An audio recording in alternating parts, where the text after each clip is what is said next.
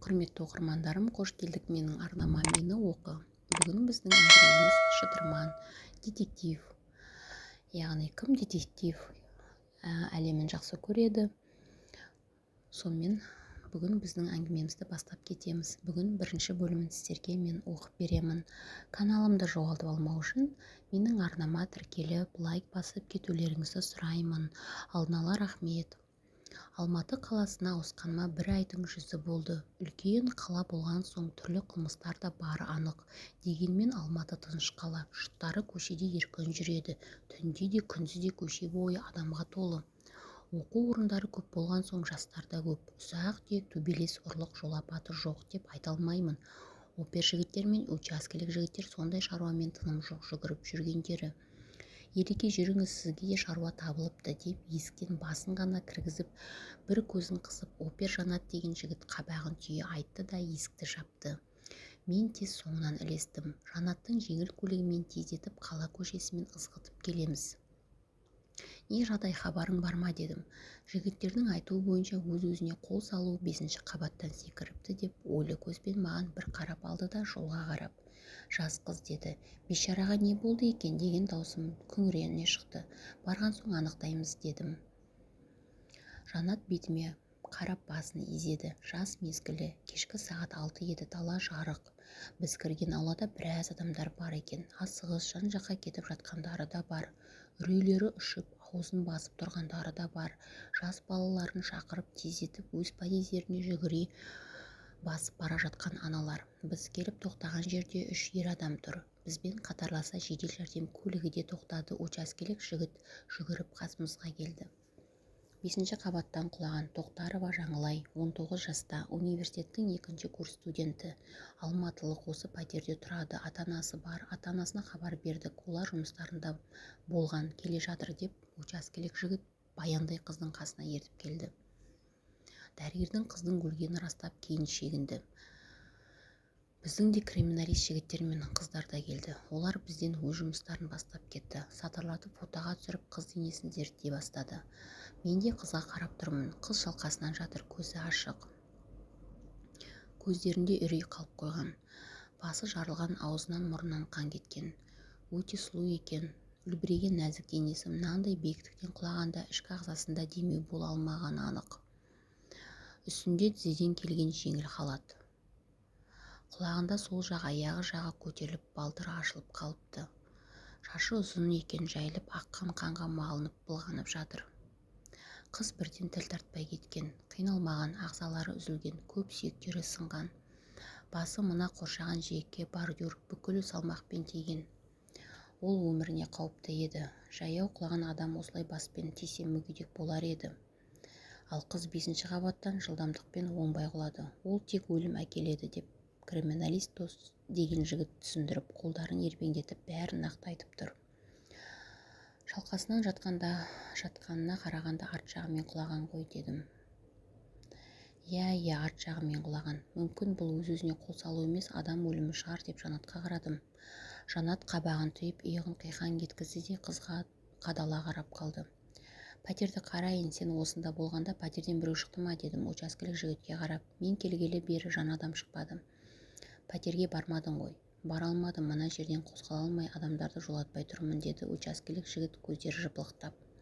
Дұрыс дедім арқасын қағып. Қараңыз, өкшенің жоғарғы жағы сырылған, құлап бара жатып жараланған тәрізді. Балконда тері қалдықтары болуы керек, қарауым керек деді криминалист дос.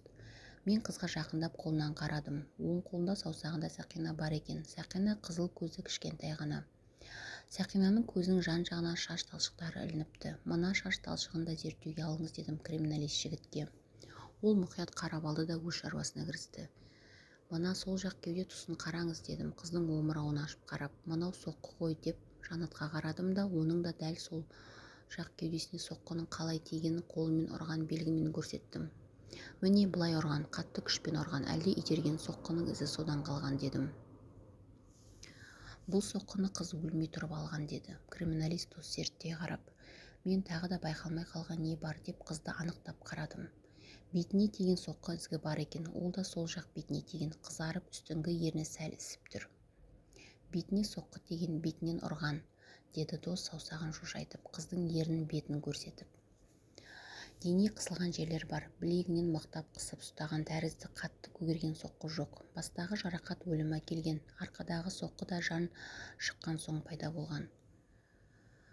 Мәйітті жіберген соң мен жоғарға көтерілем, деді криминалист дос. Жақсы, алдымен мына жерді жақсылап зерттеп алып, мәйітті зертханаға жіберіңіз, мен жоғарыда болам, дедім. Жақсы, деп криминалист дос өз шаруасын мұқият орындап жүр. Жанат екеуміз жоғары көтерілдік. Пәтер есігі ашық. Бұнысы несі, неге ашық тұр, деп Жанат маған ойлана қарады. Ішке кірейік, оның да шешімі табылар, дедім.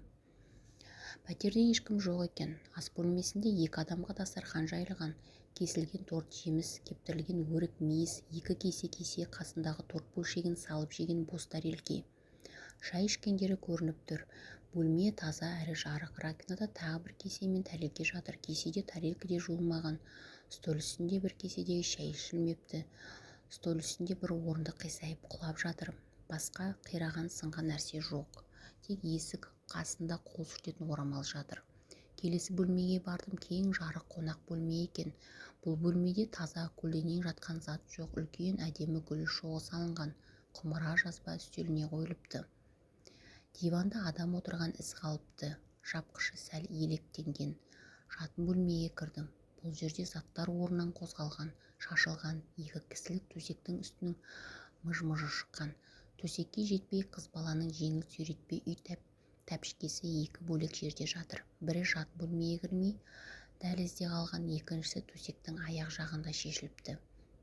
Төсек жанындағы тумбаның үстінен заттар жерге түскен. Ол заттар қол сағат, кішкене блокнот, стөл лампысы. Бұл бөлмеде арпалыс болды ма, әлде қыз біреумен ойнады ма? Төсектің оң жағында жастық жерде жатыр. Балкон есігі ашық тұр. Иә, төсектен балкон жаққа төсек жапқышын еденге дейін құлатып тартылған. Еденде созылып жатыр. Балконға жетпей айнасы бар тумба бар екен. Оның үстінде заттар да жерде шашылып жатыр.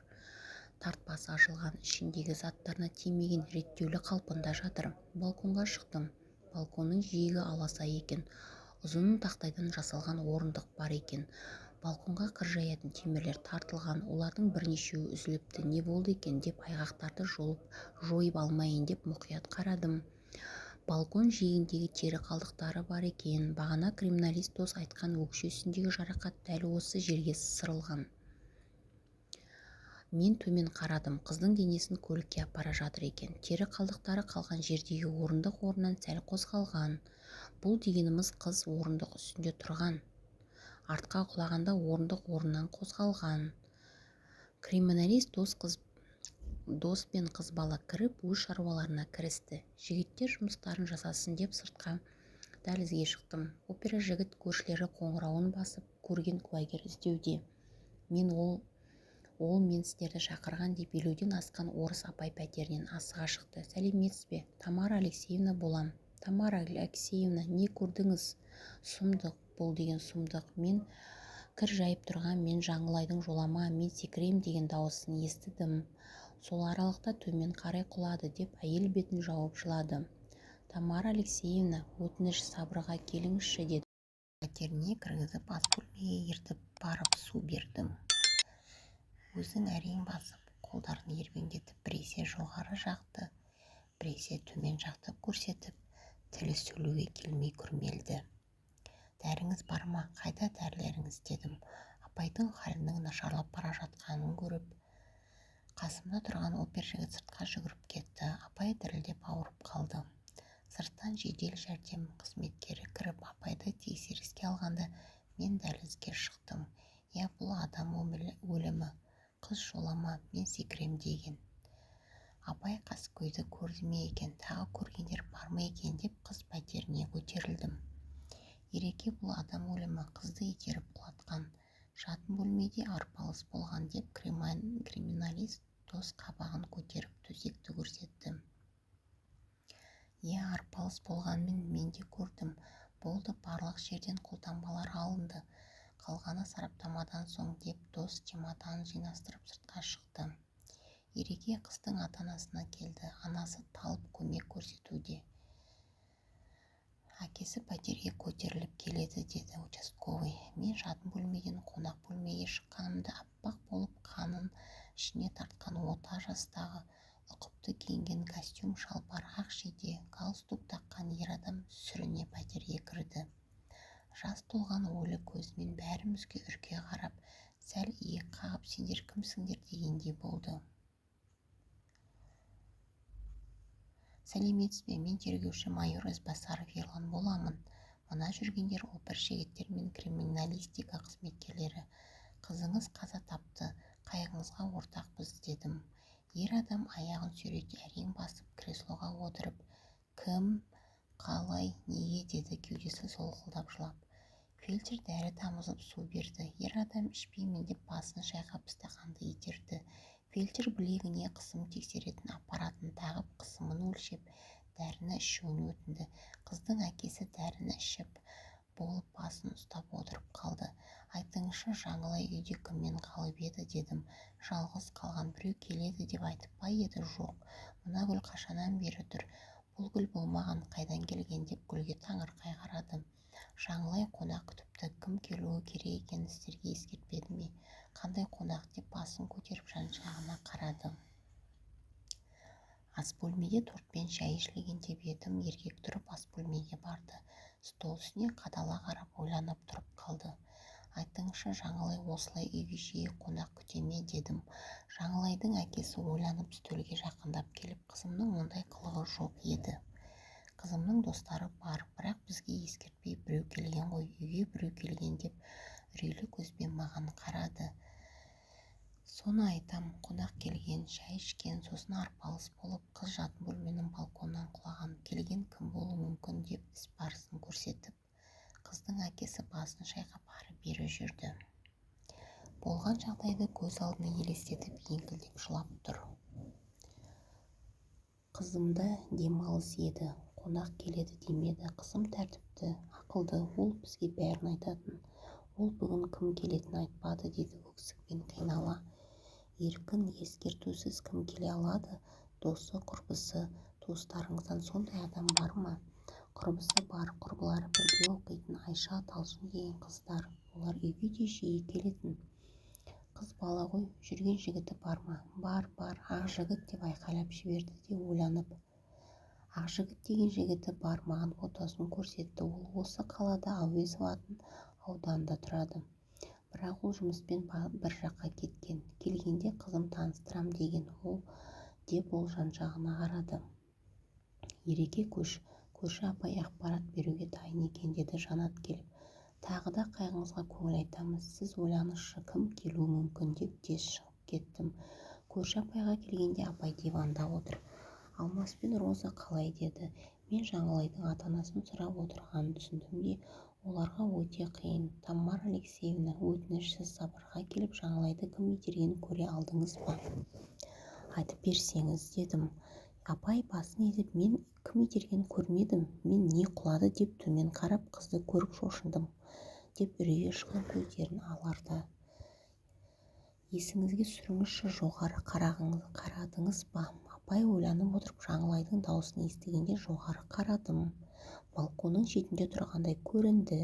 Анық емес, мойнымды созып қарағанша төмен құлады. Болды деп басы дірілдеп сол сюжетті көз алдына елестетті. Тамара Алексеевна, міне сіз жоғары қарадыңыз. Жаңылай балкон жиегінде тұрды. Сосын сіз мойныңызды созып қарағанда ол құлады. Жоғары жақта не көрдіңіз? Деп апай шегін тартып, көздері бақырайып, қолдарын ербеңдетіп, артқа қарай қолдары ербеңдеп кеткен адам. Сосын тез бір бас көрінді. Біреу жылт етіп қарағандай болды. Міне сол адамды есіңе түсіріңізші.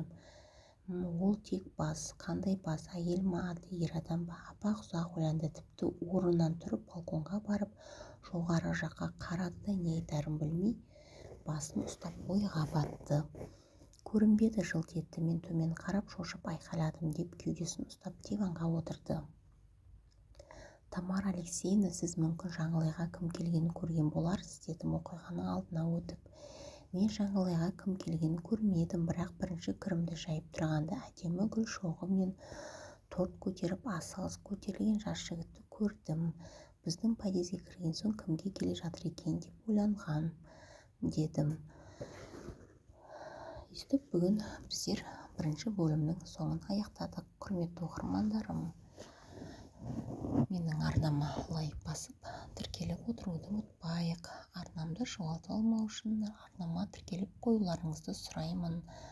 Сұрақтарыңыз болса, талқылайық десеңіздер, комментарияға астына қалдыра кетсеңіздер болады. Комментарияға ответ жазып отырамын. Күндеріңіз сәтті өтсін. Келесі бөлімде жолыққанша.